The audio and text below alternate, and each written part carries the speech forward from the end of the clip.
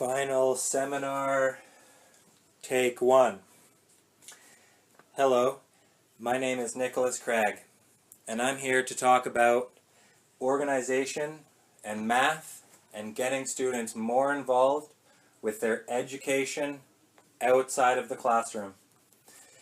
I hope to have you for 30-minute sessions with a 10-minute break if you don't decide to leave then.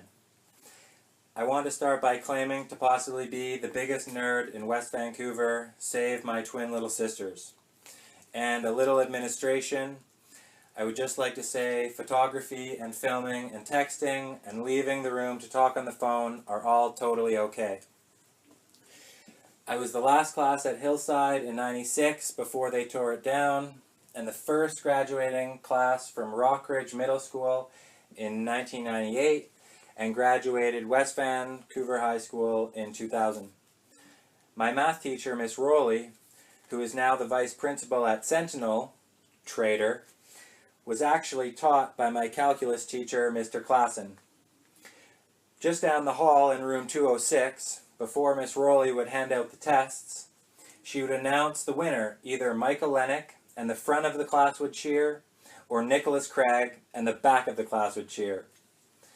My full-time job is a professional math tutor.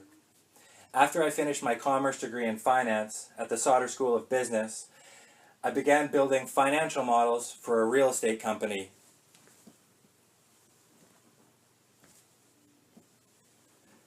It turns out I was okay at it, but there wasn't enough interesting math. So I went back to the drawing board and continued working construction with my uncle and my cousins, as I always have on my in-between times. As I continued to look for other work, Miss Hathaway, the counselor at West Vancouver High School at the time, recommended me to see a tutor on the North Shore named Michael Mustard.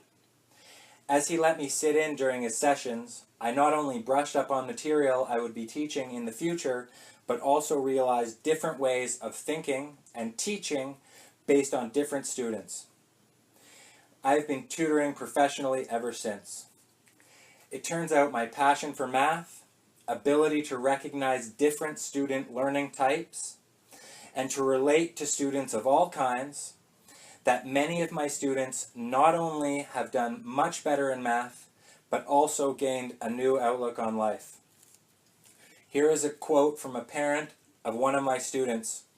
I started teaching him in grade 9 and continued through grade 12. Your assistance with Mitchell was nothing less than outstanding. I would always think of you first and foremost if someone were looking for a math tutor. Mitch and I leave for Western at the end of the month. Not sure if you know, but he also received acceptance into the Richard Ivey School of Business. Much of that, I have no doubt, was from your help. Before I go into it all, I just want to say if I sound at all diminishing towards the educational system on any level that offends anyone, understand my intentions are very positive and how I am very fond of it. Mismatches between teachers and students.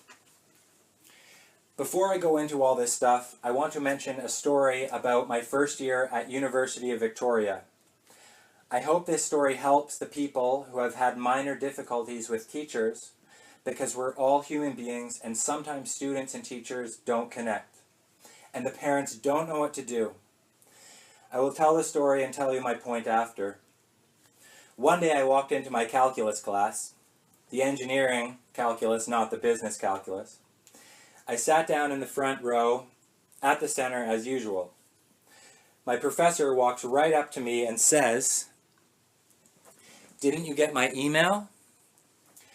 I don't even think I had email at that point. I politely said, "No, sorry, I didn't." She then explains how I've been kicked out of her class, and I have a meeting with the Dean of Mathematics in 15 minutes. As I walked with my tail between my legs up the class hallway, all my friends laughed as I pondered how I could have had such a bad effect on her. I walked into the dean's office with my head down and sat in the chair thinking I did something so bad I may get punished. When I looked up, this man was smiling at me, and it turns out the Dean of Mathematics was my first term math professor, and he absolutely loved my antics in class. I only call them antics because to someone who didn't understand my intentions, they may seem a little offended. What I would do is do all the homework before class. I didn't think about this idea on my own. My little sisters taught me. Then I could question the teacher's methods while they were doing the homework on the chalkboard. It turns out she didn't like my methods. Long story short, he took me into his math class and scaled my grade up. He also put me on the dean's list, which is one of my most treasured pieces of paper. This is the end of my story. If you or your son or daughter is having trouble with a specific math teacher and they can't get out of class, just remember you never really know. The way my professor kicked me out of my class, I thought that I had offended her, and I may have, but the dean's response assured me that sometimes you just have a bad teacher-student connection. And you may not be as lucky as I was, so you have to do whatever you can to get through it and not put so much stress on yourself or your child because they're not doing well in math right now. If you take math enough years in a row and you want to do well in math, you'll find teachers who you or your students can connect with. Inefficiency in teacher notes and textbooks and not giving tests to take home. There is a large problem in teacher notes and textbooks today. Because there is such a large number of methods, meaning different ways to do the same math problem, and how students go from teacher to teacher learning different ways to do the same thing, unknowingly causes a serious problem for students whose teachers don't recognize that fact. Teacher worksheets are usually poorly laid out, usually created by using subpar software, but also ineffective to some degree as there is a huge problem with smart math teachers with limited extracurricular time creating math material. They create material on a one-time basis without consistently updating and simplifying material based on students' needs and requests. The progression of questions is also usually rushed with gaps from easy to hard. Teachers usually assume students can do quick methods based on previous year's experience, only needing a small amount of room on the page to solve a problem. This is usually not the case. The problem with textbooks, especially in public schools, is that in order for the textbook writing company to be efficient and economical, it requires 30-some authors, which is extremely disjointed. These textbooks are designed for students with difficulties all the way up to advanced placement students. This causes for an overwhelming amount of stress for students who are just trying to learn basic concepts to a point where they never actually read the material but only flip to the back of the section for the questions. This could be replaced with a much more economical system of handouts, which many schools are adopting, however, is accompanied by a large initial cost for individual schools' math departments to create this material. It's getting better. I will continue to make math material in the form of notes and homework, primarily based on teacher and textbook material, but most importantly continue to edit that material with respect to page layout and available space to do questions, and most importantly, the progression of questions. I believe that if a student have the right progression of questions and they are willing to put in the time, any student is able to learn anything, and it is usually the fault of the presentation or surroundings rather than the student's ability. In the future, math material will be free in a multi-tier, paper-based website and video form where teachers will simply follow along a video feed with paper-based fill-in notes, where they pause for the students' questions to clarify concepts. We are not there yet. Students learning on their own. Another problem with the educational system is that students are taught to do specific steps very similar to the workforce today. Teachers don't have enough time, and students aren't interested in learning the concepts and rather just the steps. Students outside of class are so infused by technology and social media, they don't have enough time to think about the concepts. It's not cool anymore to answer a math question. At an old party I was at with a friend of mine, Mark Ellis, had a hipster calculator watch on. My stockbroker friend, Ben Curry, challenged me to a 2-digit multiplication competition, which I digress he won, but we had the music turned down and both sides of the party cheering. I will forever try to have my students bring math into their daily lives more often, whether it be counting on their fingers or solving problems. Students use math in their daily lives on a very minimal scale. Students who use math in their daily lives on a very minimal scale is very underestimated. Simple calculations such as how much does it cost to drive a kilometer, or doing a simple calculator division of the percent grade they received on a test, or if you shoot a bow and arrow, at what angle should you shoot to hit a certain distance. The more you do these simple or not so simple calculations, the more the brain will find similar ways to solve their daily work and life things. When I tell my students I learned the math before the teacher taught it to me, they're always stunned.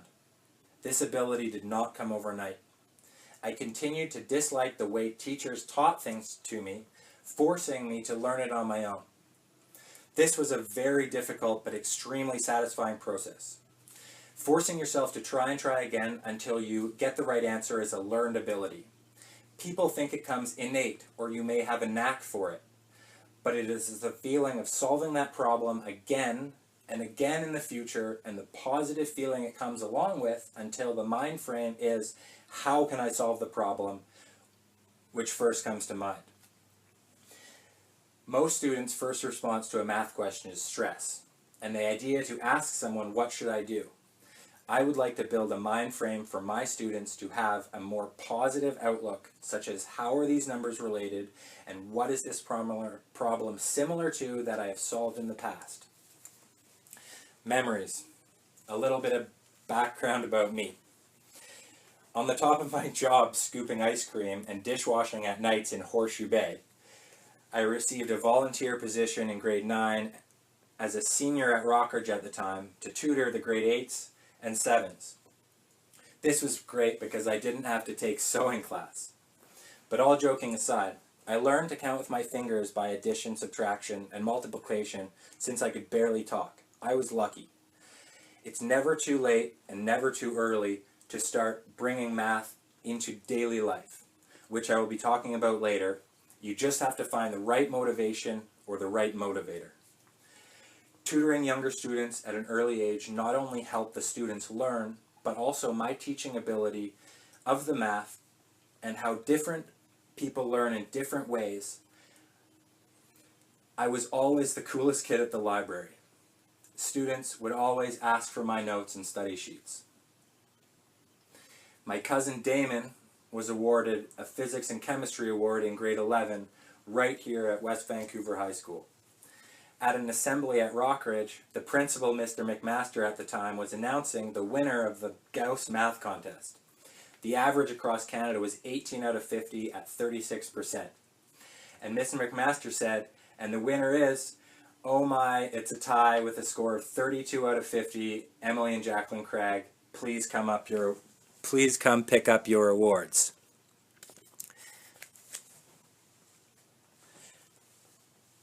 For that and other reasons, one decided to go be the best at Sentinel and the other at West End High with my eldest sister, Karis, and me. Who gets valedictorian when you tie? My little sister Emily not only caught up to me at the Sauder School of Business, but on the newspaper article I have on my wall at my office has me with the rest of the 530 graduates, who all had to get 95% in math to get in, and Emily sitting top dead center, Ralph Lockmark Medal, standing third in the graduating class. And everyone knows in the graduating class, first and second did accounting, and that's not truly first, and second when Emily did finance with me. All joking aside. My grandpa used to take us out for report card dinners, where my three sisters and I would pass around our report cards for my grandpa's approval. You don't know what it's like to have your report card reviewed by a Rhodes Scholar. I kept my report card from high school on my wall at my office, beside all my transcripts, and I take pride in my 50% in Calculus 12. I like to express to my students that if you don't try, no matter how smart you are, it's not going to happen. And on my other side, I can't count the number of times that someone has said to me, your grandfather delivered me or my kids. Before I close my little history of myself, I would like to talk about one of my last memories I have with my late father.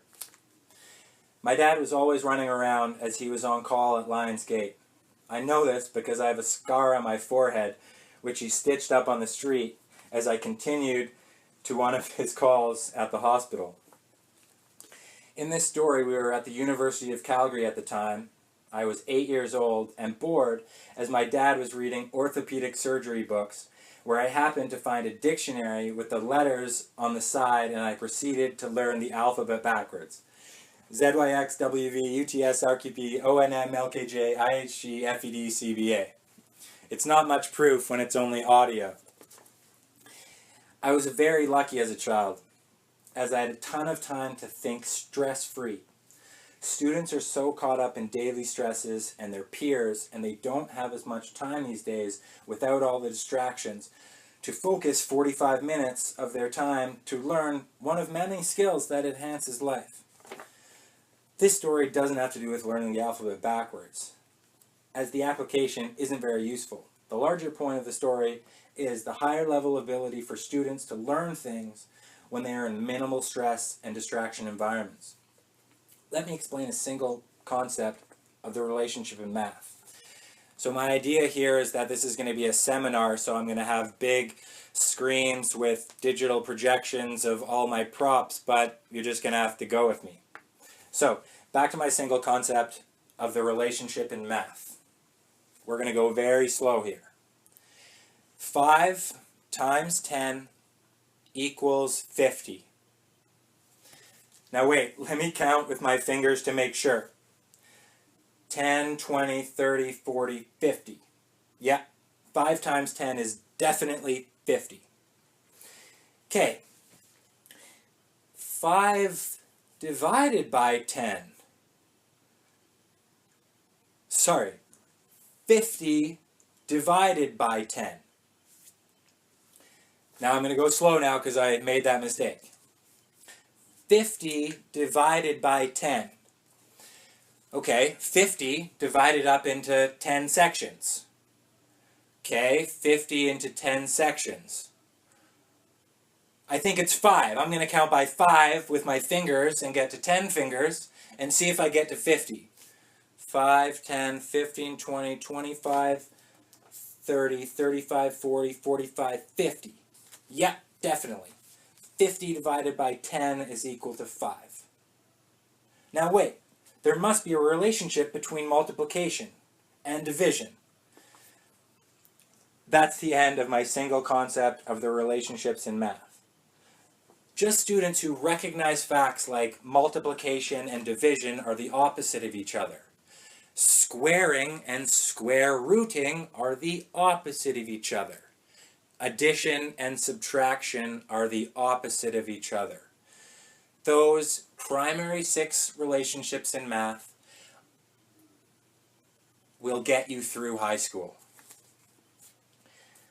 Students who take the time to think on their own and recognize these relationships are going to do much better in math later in life, whereby being able to always check their answer by doing the reverse operation.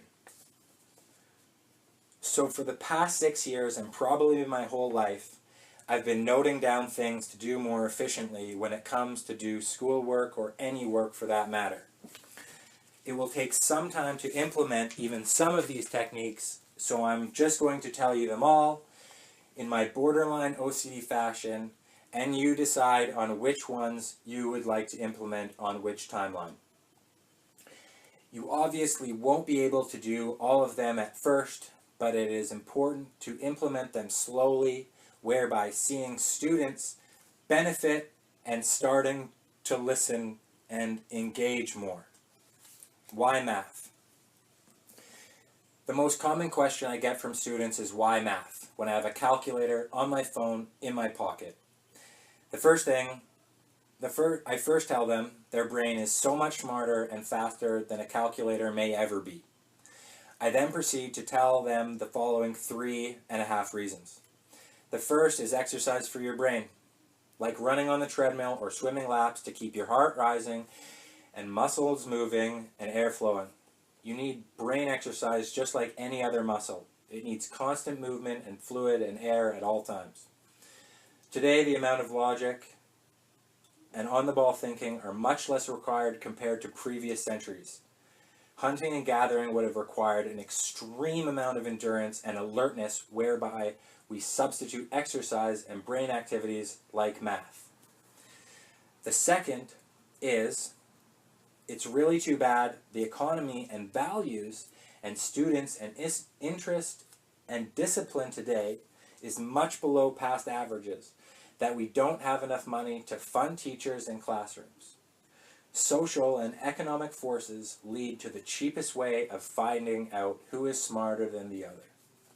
The third is, and I don't even have to say this one because the people who like math know this one already, to do higher level math, where trying to bring in jobs such as computer-aided Nintendo or fashion design or triangles in carpentry, or simply so that they may get a promotion at work quicker or to win a 2-digit multiplication at a party, which doesn't work very well. And finally, maybe you could even start a business teaching the subject. Like me. Doing math in general, inside and outside of the classroom, enhances problem-solving abilities. Just like languages and dictionaries and words help people not only solve problems in their daily lives, but also between other people. Some say the written word was the greatest achievement of humanity. I think it was the written number.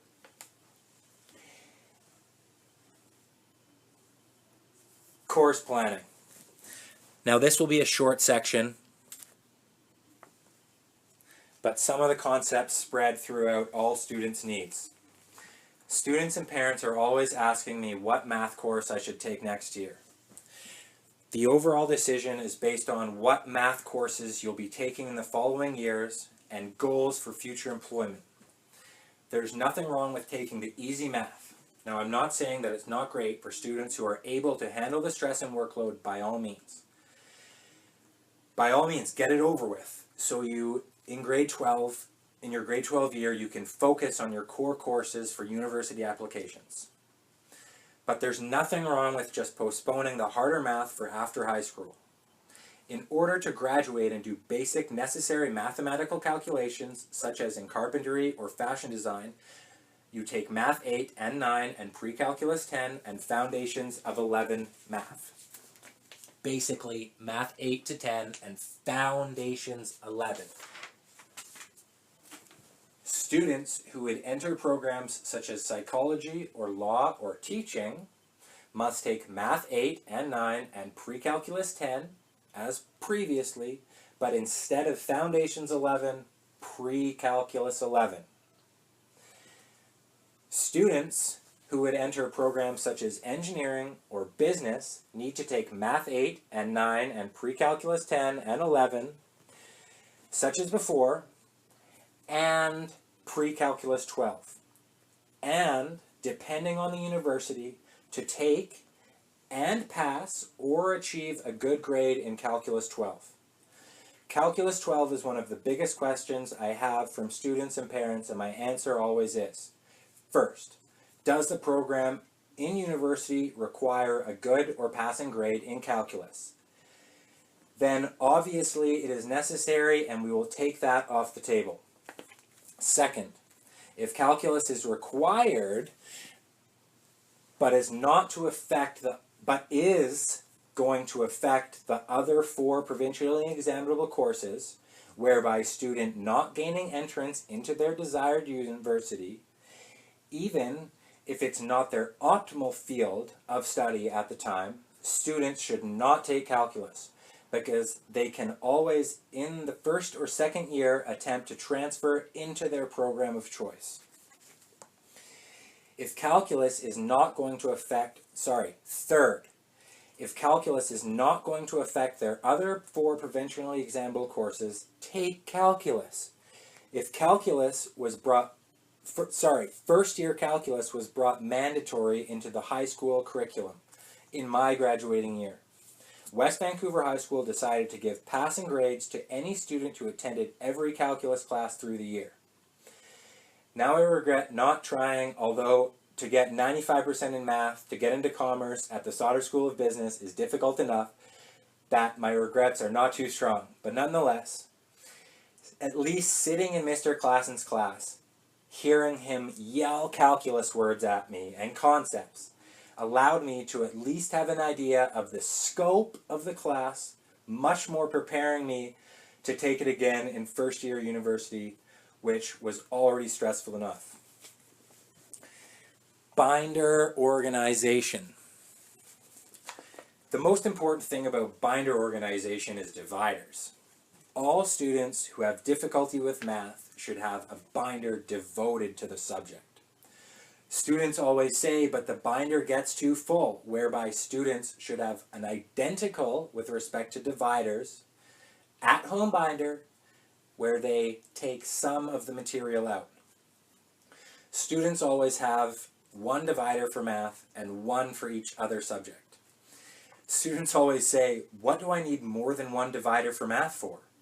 My answer is because math is not like other subjects, where it builds upon itself. And in order to solve problems, sometimes one is required to flip to their note section to follow certain steps. There's a large debate on whether or not to have homework directly behind the notes or in a separate section.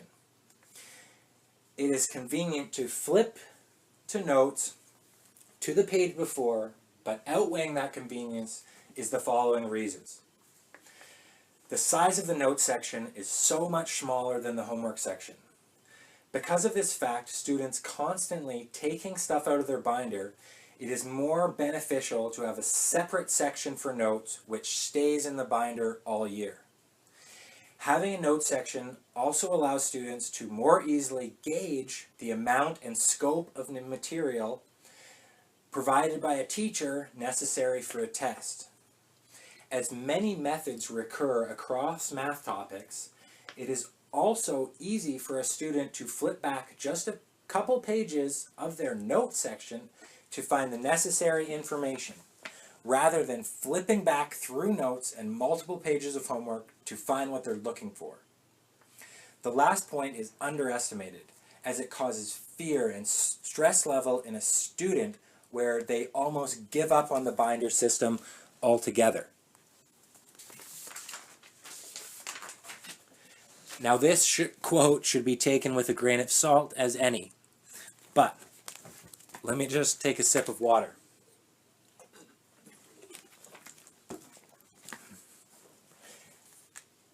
Edison said that if it's something that can be written down, it's not worth committing to memory. I guess that's not really a quote. Supposedly, Edison had one of the greatest archives of notes and information and in his time, and his system of organization with respect to recall trumped the greatest libraries. Before I get back to dividers, exciting I know, I will talk about the only binder I would ever use. There is a binder at Staples named the Heavy Duty with the following features. A clear insert on the front and the back. This allows students to have a monthly calendar on the front and back with important dates such as tests and assignment due dates. If a student has more than one binder, then only dates for that subject should go on those calendars. Double clear inserts on the front and back inside as well. Students have so much unhold punch paper and a more inner secure pouch for more important information and an outer pouch for more easily accessible information. The way you open and close your binder is with one finger, which is not only very economic, but also helps students with difficulties. The binder system of opening and closing forces students to use it. Here's an example of a bad binder and the difficulty it causes using subpar opening techniques and the problems caused by this. A student will respect the binder system and attempt to use it in a more organized, systematic fashion. Opening the binder with the center rings causes damage to the ring system itself, but also further damages to the 3-hole punch paper roughly passing the damaged rings, causing further damage. Students should also learn to flip sections of their binder with both hands, as it causes less friction between the 3-hole punch and its rings. Throwing backpacks is also damaging to the binder system, but I don't have all night. These binders are only a couple of dollars more expensive and will last even into following years and allow for students to have a more neat and organized binder system. So back to dividers. Students should have the following sections in their math binder. A section in the front for the syllabus, which is most important, telling them when things are due and what needs to be completed. Other things in this first section should be anything the student or teacher has for them, such as a test concept checklist and or possibly a goal or a grade sheet. The second section should be for review sheets, including taking notes on notes and doing review sheets for the test. This section is so underestimated. Just the act of writing English sentences of mathematical methods required for a test echoes the student's ability to recall and focus an already very daunting topic. A very brief example of English sentences and note-taking is a great example of how not only a student's learn, but also are so different in how they think about memory and the way their brain works and believes it will recall memory in the future. When I'm working with the perimeter, for example, I always say to students, if the army man says secure the perimeter, what do you do? They say go to the outside. Sorry. I then say, so we are going to add all the sides of the shape. For example, let's take a square with side lengths of 10. Can everyone picture it? A square with side lengths of 10. 99% of the students say 40. A quarter of the students write down 10 plus 10 plus 10 plus 10 equals 40. A handful of the students write down perimeter equals L plus W plus W, and then add the 4 tens and say perimeter equals 40. Only a handful of students write down perimeter colon in English. Add up all the sides. I cannot emphasize how much better the students who do the latter do on tests and the following years of math. Following students through their mathematical education over many years has forced me to believe that just the act of writing English sentences and showing more work and doing better on tests because of this causes a greater positive reinforcement to continue with the habit into university and work life. The students who just write down 40 usually confuse other formulas like area, which involves multiplication. I'm not getting into that. It also more easily allows students to follow their previously taken notes and finished homework. Writing down 40 doesn't even say what the question was asking for. 40 elephants? But scanning the page more quickly, seeing addition like 10 plus 10 plus 10 plus 10 equals 40 under a proper formatted formula and English sentence off to the right does so much more for the foundation of doing harder level formulas in the process of substitution and relating one of the minimal high school operations of addition, subtraction, multiplication, and division. The third section, the third section of the binder is for notes. This section should be for students, teacher notes, and personal notes. This section should be referred to while doing homework. Notes in this section should not be removed at any time during the school year, as overflowing binder homework should be taken out into an at-home binder. The fourth section is for homework, and the fifth is for graph paper. A clear insert at the front should be for paper, so you don't have to go to the back every time.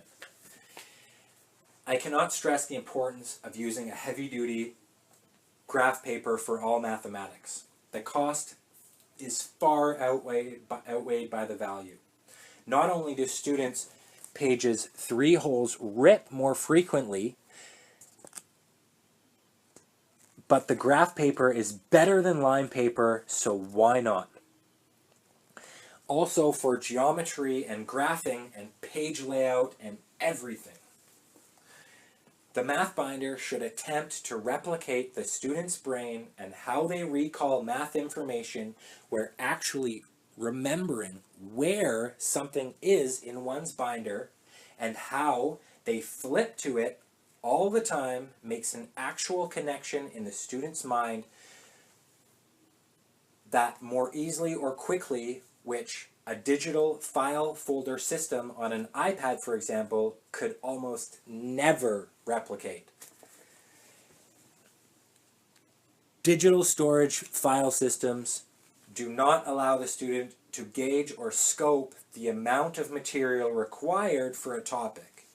They are absolutely a great resource for solutions and video and collaboration, which a binder cannot do. Yet. I crack myself up. A little bit about student workbooks in the form of 3-hole punched coiled books. Students always say to me, "But it keeps everything in order." I always cringe at this fact. It completely disrupts the ability to have a note section, and just as important, the ability to take out pages from previous sections to be kept in an overflowing binder for later sections and years. Just the fact alone that you're carrying so much extra weight at the beginning of the year with all the unnecessary pages, but furthermore, when you finish one halfway through a topic, that means you have to carry both the old and the new for a period of time across many subjects. This can get very problematic. I always have a debate with my students, which I lose every time unless they are interested enough to watch my demonstration. This debate is over whether or not to put new information at the front or the back of the binder. Most of my students put information at the front. It seems so logical. It's right there when you open it up. So why not? Which is a problem in its own right, because you start writing on the front of the page and continue to the back. Anyways, here's a demonstration. As one tends to have more than one page of notes and homework for a given day, the following problem happens. When forced to study for a test, the student flips to the back of their binder section to start from the beginning, and then unnaturally flips the pages to the left. But moreover, due to having multiple pages per day, when a student is flipping to the left, they're actually flipping to the left, and then flipping to the right, and then back to the left, to find out where they left off, then past that, and then back to the right, etc. Now I'll demonstrate a properly organized binder. To the right, to the right, to the right. Put information at the back of the section. Also, when old material is taken out from a section and put into an at-home binder, this magnifies the previous problem. and explained, previous problem explained, as now the different sections are so backwards I can't even conceptualize it. Calendar. The student should not only use a binder reminder, but also a monthly calendar on the front insert of the binder as explained previously. If a student does use a binder reminder, only the subject section and word math should be written, whereby referring to the syllabus for required questions. Students should also have a rough estimate of the time allotted for certain subjects through the week outside of their work, sports, and social lives. This estimate should be given an hourly amount divided into appropriate weekdays. Brief journals in a binder reminder or calendar of the time spent on the task will more easily allow a student to gauge how much time they're spending on each subject to more appropriately devote time to subjects in the future. Students should also have a brief single financial plan which takes into account of money either made from work or received from parents and approximately how it's spent with respect to necessities and sports and obvious others.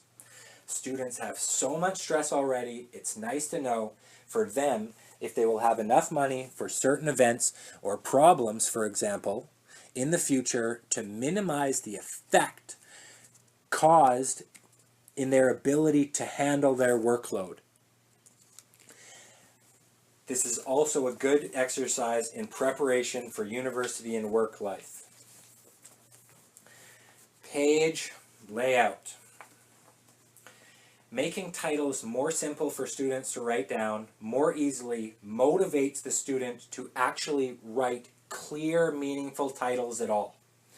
Instead of writing Mathematics 8, Chapter 4, Section 4.1, Polynomials, page 82, a student should write M8, 4.1, Poly, P82 for page 82.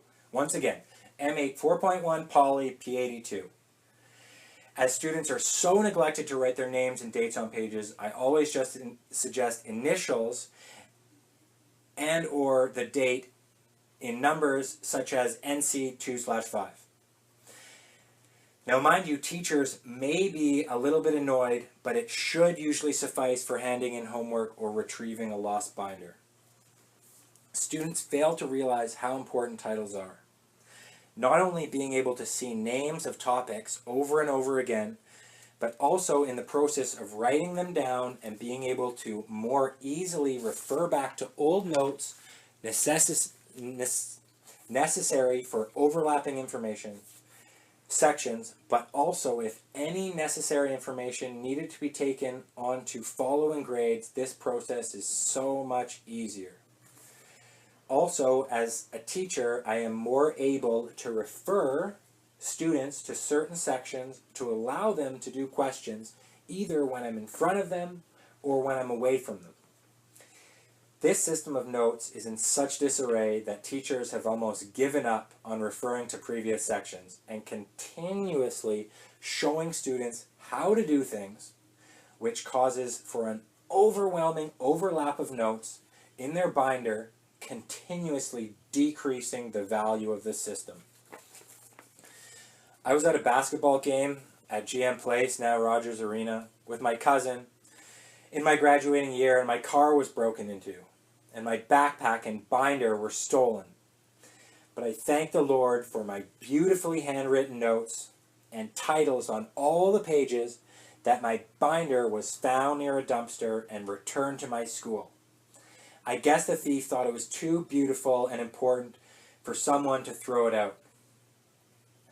I didn't have it for a while, which caused me a great deal of stress, but it allowed me to put importance on things such as photocopying information, as the process is so simple and rewarding in the case of disaster. Other students at school called it the master binder. In a supremely organized fashion over years of practice, and most importantly, failure in methods of organization, causing to learn new and better ways. If you wanted good notes, I was the guy to copy them off of, or take an obvious photocopied copy of it. When I'm teaching, there's this time that my students always mimic me, what I say. Now, I thought differently in university, when I would explain how I thought to someone, and they were absolutely marveled as some of the reasons behind it. So then, the next thing I'm going to say, please disregard from your brain immediately. It is the formula for a method in Calculus 12 called product rule. I am yet to find a textbook which teaches it the way I do, nor have I ever found a problem for from a mathematician on the difference. Product rule. Derivative of the first times the second plus the first times the derivative of the second. Now, what I'm going to say next, you may have to scroll back for to understand the poetry behind it. But I will continue. My way. Product rule. Derivative of the first times the second plus derivative of the second times the first. If you write it down or see it in my seminar, just the visual alone, but more importantly, the way it's written as poetry, more easily allowing the brain to remember the process with more similar sentences. I wish I knew the poetic words to describe it. Now, you're probably not as marveled by the discovery, but it's just a little of the reason students mimic me. This is the thing I say that my students always mimic me saying. Down the page, keeping the equal sign in the same spot. Down the page, keeping the equal sign in the same spot. When working with things on both sides of the equation, the equal sign, the left and the right-hand side of the equal sign, it is important for students who are working with an analogy of an old-fashioned scale or teeter-totter. If you do something on one side of the equal sign, you must do the same thing to the other side of the equal sign. This is the golden rule of algebra, and in so many cases this forces students to see the next step. Keep the equal sign in the same spot working down the page. I won't go into the technical difficulties of it all, but more and more textbooks are using the protocol of working down the page, keeping the equal sign in the same spot, because it allows students to always have in the back of their mind the golden rule. Many textbooks and teachers fail to follow this protocol simply because their software doesn't allow it or they're running out of space. Most solutions are online anyway these days, and space is not an issue. It is also much easier for a student to refer back to notes taken a while ago, seeing the steps they did. It is also easier for their peers to follow their notes if they are so inclined. And more importantly, allows for teachers to more easily mark tests and homework, which causes to give them more half marks. They get back to their own lives more easily. Any teacher out there marking, oh man. Let me give you an example of keeping an equal sign in the same spot. It's the last example in math we'll be talking about, versus otherwise. The fact that it does not require more work and usually has more benefits, I usually force students to follow the protocol. Please keep in mind 2 plus 2 equals 4, and going to the right is totally fine. But when working on equations, students must work down the page. An example of keeping the equal sign in the same spot, working down the page, and a badly example of not keeping the equal sign in the same spot, is what I would be showing you in the seminar. When working with two formulas, students should also write both equations side by side. 100% of the time. At some point in the future, the student is required to put one formula into the other, where easily seeing clear columns of steps completed and know the exact moment to put one equation into the other. Furthermore, this allows students to more easily be able to follow the steps when referring back to previous work to do harder questions in the future.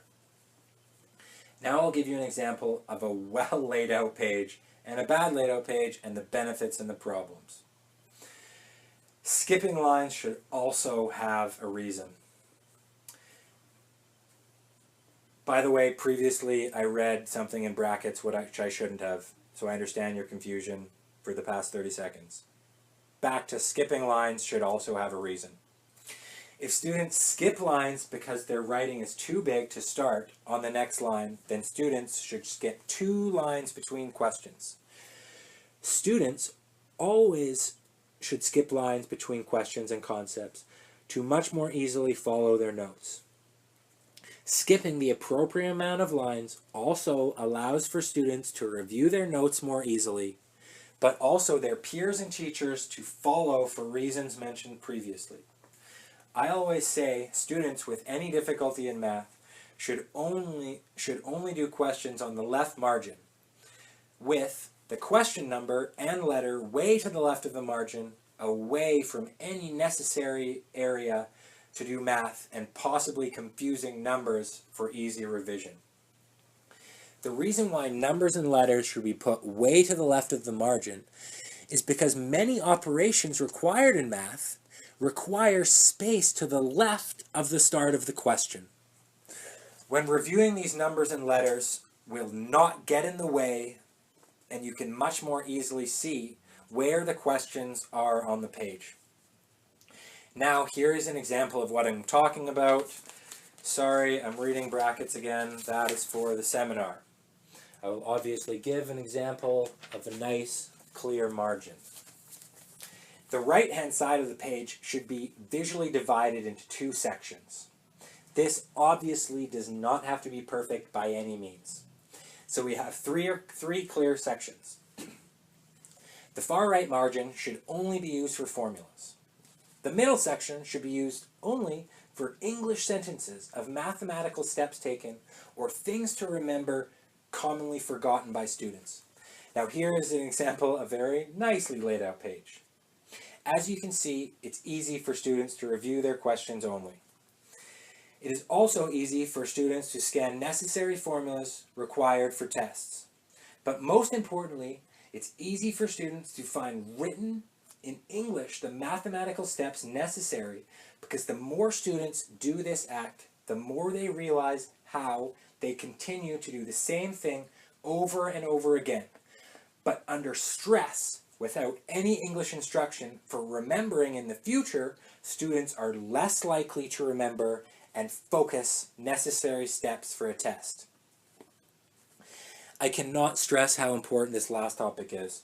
Writing neat notes allows for students to infinitely better recall necessary information. As you can obviously see, some pages seem to be wasting paper. I will never win this argument with students. But after enough years of following this 3-column system, students realize how much less paper is used when they, instead of mindlessly do question after question, they are so much more able to focus the scope of the necessary methods. Now here I would like to show an example of English sentences in addition to onto keeping both sides of the equation moving down the page. I mean the equal sign. Students who follow this good example of writing English sentences are so much more likely to be able to recall the information in the future than students who follow this example. Now here is an example of a bad example for the seminar. A brief bit more on the misconception of wasting paper. Students think that cramming questions onto both sides of the page saves paper. I want to explain why this is a fallacy for the following reasons. What students fail to realize is that math builds on itself. Textbooks and teacher outlines are designed so what you learn in previous chapters you need for more advanced chapters. If students would simply do questions on the left margin, leaving the right-hand side of the page, only for brief notes about the questions in form of English sentences, so when doing harder questions in later chapters, they can refer back to an easy to read, easy to follow page layout. Students get so stressed about their homework, they just mindlessly continue to do questions over and over again, whereby actually using more paper, they have a functional note-taking system in place.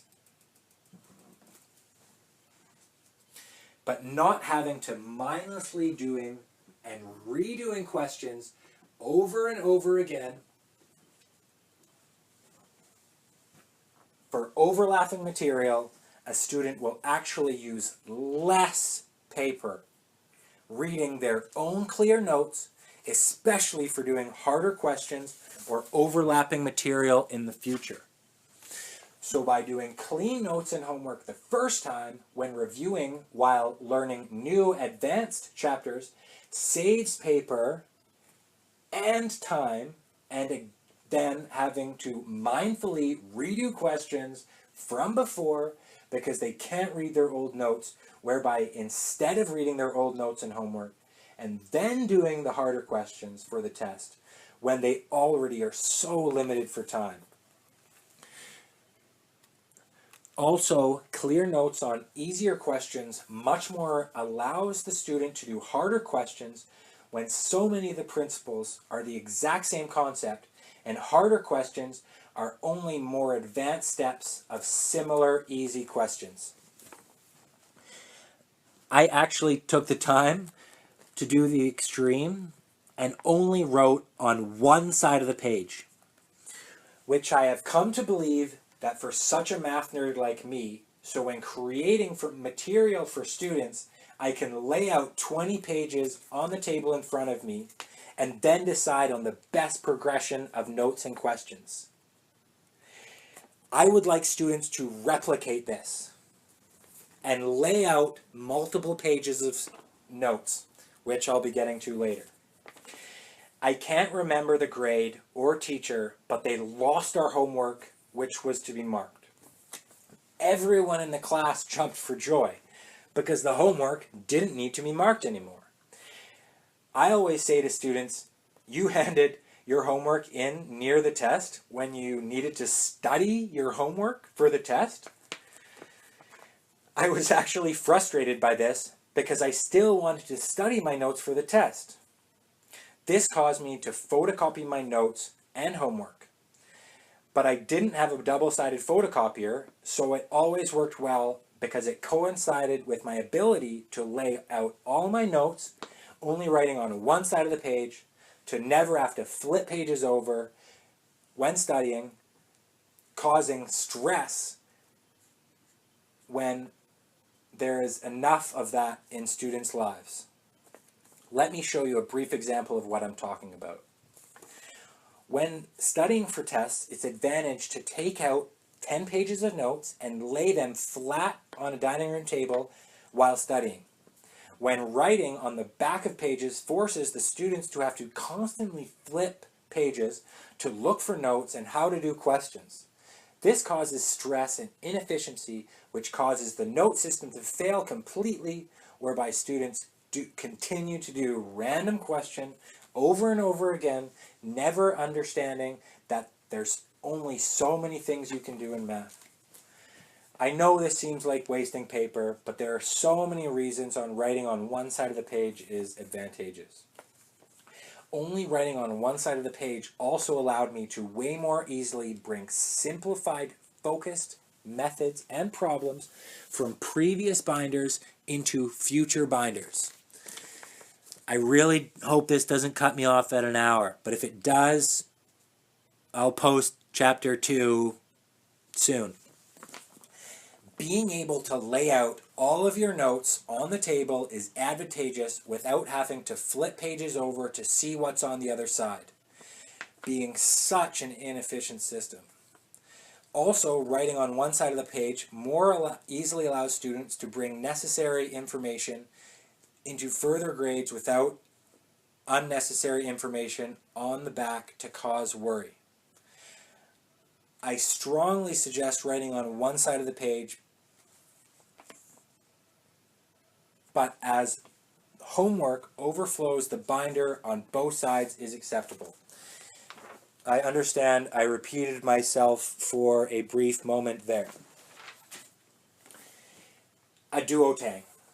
I always request to my students to have an extra resource along with a well-organized binder such as a duotang. This allows for a student to easily access formula sheets or possible English sentences or anything students would like to easily access when already overburdened with so much material in their binder. It also allows for a quick ability to easily pull the duotang out and review in a time like being crammed on the bus or walking to school studying for a test, not wanting to hold the whole binder. Calculator. The number of times a student says to me, "What do I need a calculator for?" to do simple calculations such as multiplying decimals or long division, when my phone has one which is in my pocket. Now, I'm all for students who use the calculator on their phone or in their pocket properly and learn how it uses properly and how it helps in education and work life. But this fact alone causes me to worry a little bit about, and I'm not trying to get dramatic, but our humanity. Technology obviously allows people to live more easily together and have better lives. And I haven't studied this topic at length, but I know some people believe our ability to think in the future is diminished by having some of these aids. Obviously, along with way more intellect and brain capacity, etc. Just some of these aids. First of all, most students aren't allowed to use their phone calculators because teachers recognize the fact that there is an app at the App Store which can solve problems with solutions, and because they have the ability to search on Google and, most importantly, access and transfer text messages and picture messages which without the teacher hearing the sound. There is even an app which allows for a ringtone for text messages which human beings over the age of 25 cannot actually hear the frequency of the sounds. I actually had to call my partner and his student over, and we all confirmed we couldn't hear the adults couldn't hear it and the students could. Someone please do a quick Google search to see if this is even true, because I'm still wondering if they were pulling my leg. Most importantly, a calculator is something a student should get used to. Muscle memory of pressing buttons and calculator layout and functionality staying consistent through grades is optimal for students. If a student is going to be taking a higher level math, they should get a calculator required as early as possible. I remember when we weren't allowed graphing calculators on certain sections of the math test, whereby we had to use a scientific calculator, and I realized the major differences between them and the problems caused solely by looking for buttons or accidentally coming to the wrong answer by not understanding how brackets work, for example. Now, obviously, the seminar, I will give an example. So, this example is the one of the most inexpensive and popular calculators among students. Now when I press -3 squared, oh no, I lied, this is the fourth example, sorry, fourth example, last one I promise. Now, let me repeat. When I press -3 squared, the calculator automatically puts brackets around the -3, meaning -3 times -3. These automatic brackets are usually not the intentions of students. Now let me give you an example of what it should be doing based on the buttons entered into the calculator. -3 means a negative in front of 3 squared, which means 3 times 3 equals 9, which means a negative number, in front of 9, -9. So, -3 squared actually means -9, not 9, what the inexpensive popular calculator calculates. This negative should not be squared. -3 in brackets means -3 times -3, and two negatives make a positive, so the answer is +9. Sorry, that's the end.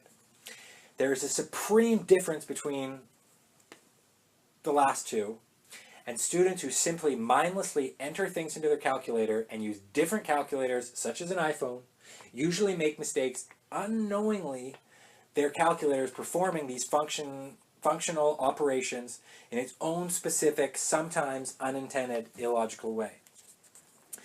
Here is what a normal calculator should do for the seminar. Math in everyday life. I was lucky to have math brought into my daily life at an early age and surrounding many aspects of daily life. As I mentioned earlier, I was first taught to add and subtract with my fingers by counting with them. Counting with my fingers. Working to count by multiples to more easily learn multiplication tables. The importance of bringing math in as soon as possible I cannot stress enough, but also that it's never too late. On road trips, my sisters and I competed to see who could calculate the distance or time to a destination given a speed. In elementary school, I would do long division as an estimate in my head to see the percentage I received on the test. Excuse me, let me take another glass of water. Now let me show you an example of the calculation going on in my head. In high school, when I had a calculator, I would do simple long division on it. Doing this repeatedly on homework assignments and tests across all subjects allowed me to not only have a better understanding of my current grades, but also allowed me to recall how similar the calculation is in all sorts of daily lives. Student boot camp. So I'm not going to get too far into this list, but what I call student boot camp is aside from the binder reminder. I'm freestyling right now, by the way. So the binder reminder is for listing homework. Do homework. Like, write the questions of homework. Do math homework. Whichever. Test here. Boot camp is a list of things I have for students which they should be doing all the time. I haven't written this in proper seminar format yet, so I'm just going to read it to you. Note-taking skills. Taking good notes in class, use good page layout, take notes on notes. That night. Ask the teacher what you're learning after the next test, if it's not already on the syllabus. Have either a binder or a section in the duotang, making sure a clear separation between things to do, such as meeting with a counselor, or recurring things to do, which I like to call boot camp, such as homework or test review. Daily things to do. Organize your binder and duotangs. Spend at least 5 minutes a day practicing math questions. Think about math every day. Think about how your learning applies to your daily life. homework, doing homework, redoing homework, doing extra questions. General math, drawing a diagram, write down what you know about the question, sum up the information, come up with a similar, simpler example to help you answer the question. Ask yourself, what else could I do? Check your answer. Use logic to determine if your answer is correct. Studying for tests. Study notes and homework. Do practice tests. Create your own questions. Redo questions. Test preparation. Ask the teacher for the format of the test. Short answer, long answer, word problems, multiple choice, matching. Any formulas given on the test? Any non-calculator sections? Create sheets and sheets. Create study notes. Take notes on notes. Redo homework. Do review packages. Ask the teacher for extra practice examples. Do practice tests. Get a good sleep and eat breakfast and have a good snack for the test. Bring a water bottle. Test taking skills. Speaking of water, be calm and breathe. Write down any formulas you remember from study material. Quickly scan the test. Do the questions you know first. This will build confidence for later. See if any other questions jot down your memory on how to do other questions. Extra marks, retests, test corrections, homework makeups, bonus marks. See the teacher regularly for help, as they will portray test attributes. Study with friends forces you to explain a topic to a classmate. Tell something what you learned that day. Tutor session. Arrive early to a session and begin studying. Lay out homework. Do parts of questions that you can. Leave room to finish the questions. Have questions before the session. Now for my seminar, I will show 2 good examples of page layout and bad examples of page layout, always to be in the duotang, always to be referred to be reminded. I won't get into page layout as I discussed earlier. Beginning of class. Take out a new graph sheet of paper, name it, title it, and date it appropriately. Keep your binder open in front of you for reference. Take another sheet out of graph paper, title and name and date it appropriately for homework. List the homework from the syllabus and start doing questions while the teacher gives the notes. Again, I never thought about that idea. My little sisters told me that idea. Ever since I started doing it, at least just a tiny little bit of things like English sentences or whatever. Copying the test down, copying the question down. Going like, oh, this looks similar to a question on the teacher notes on page 2.5. Sorry, I got excited. New homework. Write new homework on a fresh sheet of paper at the top with the title instead of in your binder reminder. And have a boot camp list of things to do, including math homework, which you check every day to see if there are things you need to do, such as math homework. When you flip to the back of your math section and see a page there with questions on it, in a line with your syllabus, do that homework for the date required, written on a clear calendar on the front of the binder. Circle the part of the questions that you're working on the right, and take it off to the right, do that part, and then bring that part and replace it for the part you circled back on the left. I'm freestyling again at this moment.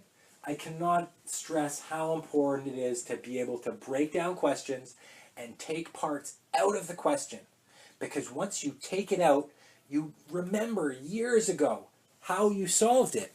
Do that part and bring it back into where you were previously working on the question. Desk layout. In order for a student to most effectively do homework, he must have a fresh piece of paper in front of them.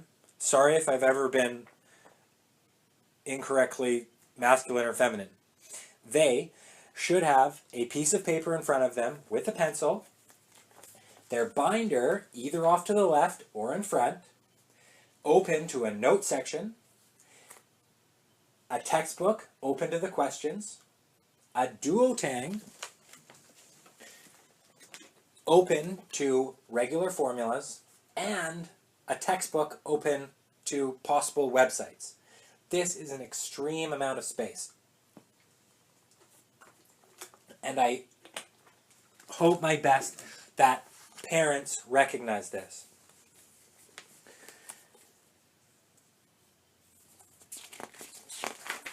More and more into stuff I have spoken previously about in the seminar. Okay, back to the seminar. Taking good notes and clean homeworks along with a well-organized binder is paramount in learning math. The student not only needs to be doing these things on a regular basis, but also having a list of things they do outside of their binder in a form of some kind of boot camp. Now, I would like to go over to the parents' boot camp. A list of things parents should do on a daily basis. Parent boot camp. It's 1 page. Daily. Ask your son or daughter what they learned today. It's not that you have to understand it, it's just the act of students attempting to explain what they've learned that day, not only connecting left and right brain, but also making sure they are reviewing their material and learning it better by explaining it to someone. Administration. Make sure your son or daughter has all the necessary equipment, including a heavy-duty binder with multiple plastic inserts, lined paper and graph paper, dividers, pencils, pens, highlighters, erasers, rulers, a compass, a calculator, and any other necessary material for mathematics. Make sure your son or daughter has access to the internet and a workable printer at all times. Make sure your son or daughter has access to a computer and, if necessary, a sign-out sheet to multiple students, brothers and sisters, organizing computer time.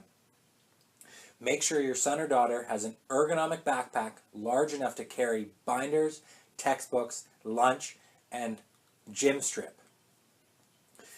The study area.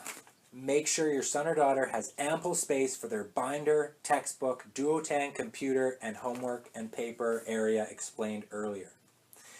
Calendars. Make sure you're up to date on how your student uses their binder reminder and calendars. And homework section. Make sure your son or daughter has enough time around sports, work, and social activities to do their homework and study for tests. Ongoing. Attempt to bring math into students' lives as soon as possible. I could do simple math calculations such as counting with my fingers by ones and other numbers, as well as learning simple mathematical concepts such as adding and subtraction and multiplication by grouping. Make sure students are doing simple math workbooks on off times, such as Christmas break and summertime, to ensure past, current, and future material is up to date. Make sure your students are doing math on a daily basis, regardless of whether or not they were given math homework. Try to incorporate mathematics and daily life, such as estimating driving times on roads and the costs of goods in the supermarket. Try to motivate your student, given their passion, to help them more easily learn without direct implications of current material. Extracurricular. Make sure your son or daughter has eaten breakfast and has a snack and a water bottle and if doing curricular activities such as tutoring or sports. Make sure your son or daughter has a water bottle for the day. Already said that. Back to the seminar. In closing,